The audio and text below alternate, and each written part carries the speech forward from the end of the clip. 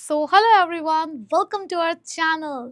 सो मेरे सारे प्यारे प्यारे क्लास 12th के बच्चे जो बस अब अपना बोर्ड एग्जाम देने जा ही रहे हैं और देने वाले हैं, तो बच्चों आप सभी लोगों के लिए एक बहुत बहुत बहुत इंपॉर्टेंट वीडियो है ये, क्योंकि एग्जाम की तैयारी तो आप लोगों ने कर ली है, लेकिन अब वहां पर एग्जाम लिखकर कैसे आना है और कैसे 100 मार्क्स स्कोर करने हैं, कैसे 80 आउट ऑफ 80 की आपको प्रेजेंटेशन करके आनी है, वो सारी जानकारी लेनी बहुत जरूरी है।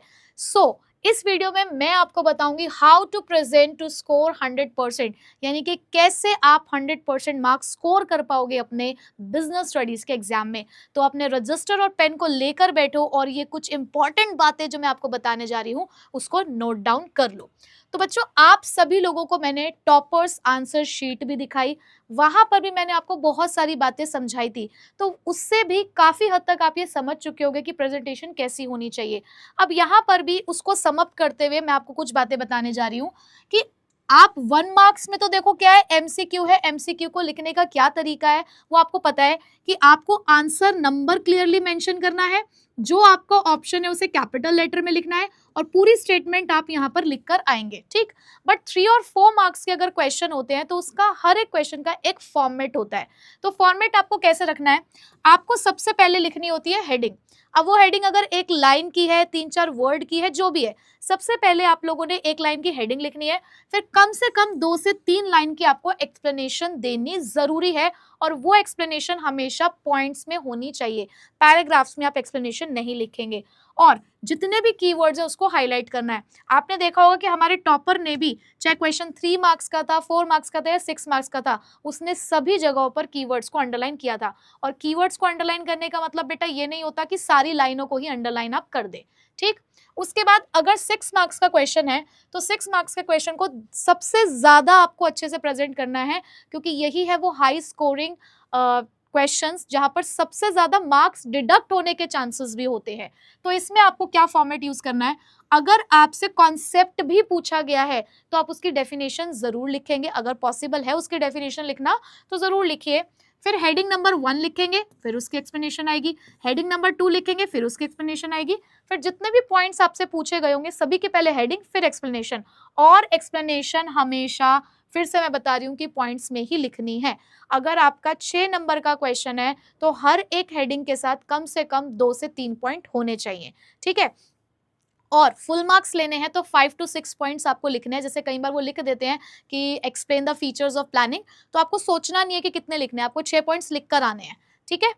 उसके बाद कीवर्ड्स आपके लिए गेम चेंजर साबित हो सकते हैं और यही आपके लिए 100% स्कोरिंग सीक्रेट है, ठीक है। तो अगर आप अंडरलाइन करते हो कीवर्ड्स को तो डेफिनेटली बहुत अच्छे मार्क्स स्कोर कर पाओगे। पेंसिल से भी हाईलाइट कर सकते हो, अपने ब्लू पेन से भी कर सकते हो, ब्लैक पेन से भी कर सकते हो। और एनसीईआरटी के वर्ड्स जो मैंने हमेशा आपको पढ़ाते हुए बताए हैं उन्हीं का आपको यहाँ पर इस्तेमाल करना होगा। उसके बाद किस तरीके से आप और अच्छे मार्क्स स्कोर कर सकते हैं, आपके लिए एडवांटेज पॉइंट क्या है, इंट्रो लिखो और कंक्लूजन जरूर लिखो। आप बस ऐसे लिखना शुरू कर देते हो, अच्छा कॉन्सेप्ट आइडेंटिफाई किया था, कॉन्सेप्ट कौन सा, स्टाफिंग, नहीं, the concept identified above is staffing. और लास्ट में आपको अपने आंसर को एक कंक्लूजन के साथ छोड़ना है। और ज्यादातर ये काम अगर आप 6 मार्क्स में करेंगे तो बहुत अच्छा रहेगा। 3 और 4 मार्क्स में अगर आपको लग रहा है कि समय कम है, बहुत ज्यादा हम लोग नहीं लिख पा रहे हैं, तो कोई दिक्कत नहीं है, बट 6 मार्क्स में तो ये चीज जरूर होनी चाहिए, ठीक है।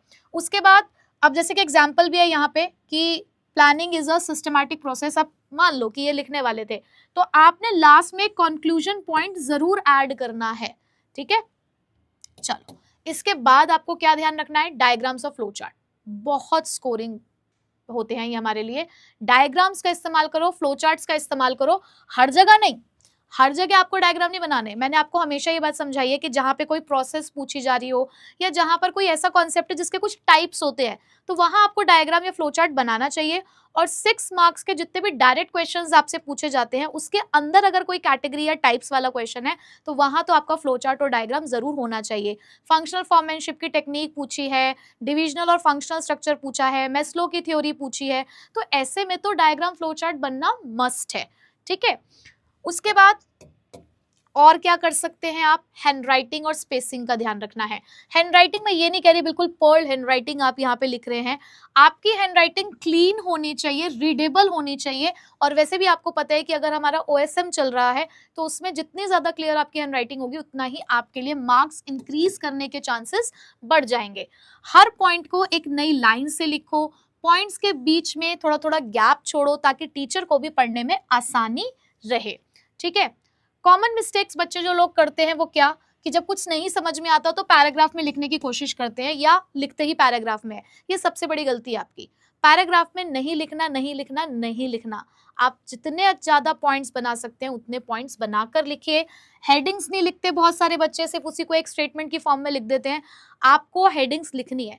हेडिंग देखते ही टीचर आधा नंबर उसमें हेडिंग का दे देता है। ठीक है, तो हेडिंग्स आपको जरूर लिखनी है। कीवर्ड्स हाईलाइट बिल्कुल करने हैं, ये आप गलती करते हैं कि आप हाईलाइट करना भूल जाते हैं। डायग्राम को कुछ ज्यादा यूज कर लेना, डायग्राम बहुत ज्यादा यूज नहीं करना है। ड्राइंग का पेपर नहीं है, बिजनेस स्टडीज का है, वो डायग्राम हम यूज करें अपनी प्रेजेंटेशन को इंप्रूव करने के लिए। तो हर एक क्वेश्चन में भी हमें डायग्राम की जरूरत नहीं है। ठीक है। अब सबसे बड़ी चीज जो आपको यहाँ पे ध्यान रखनी है, आपको ये नहीं देखना कि आपको खुद को आपकी शीट देखने में कैसी लग रही है, आपके एग्जामिनर को कैसी लगेगी, आपको ये ध्यान रखना है। यहाँ आप किसी और के सामने अपनी शीट को प्रेजेंट करने जा रहे हैं तो खुद के लिए नहीं, एग्जामिनर के पॉइंट ऑफ व्यू से लिखना है कि यार उसको बढ़िया मजा आना चाहिए शीट में, जो भी हमने आंसर्स लिखे हैं उन्हें देखकर भी और जो हमने प्रेजेंट किया है उसे देखकर भी। ठीक है, तो बस इन प्रेजेंटेशन टिप्स का आप लोग ध्यान रखिएगा और देखिएगा कि ये जो आप थोड़ी मिस्टेक्स करते आ रहे हैं वो आपकी इंप्रूव होगी और आप 100% मार्क्स स्कोर कर पाओगे। ठीक है बच्चों, सो ऑल द बेस्ट।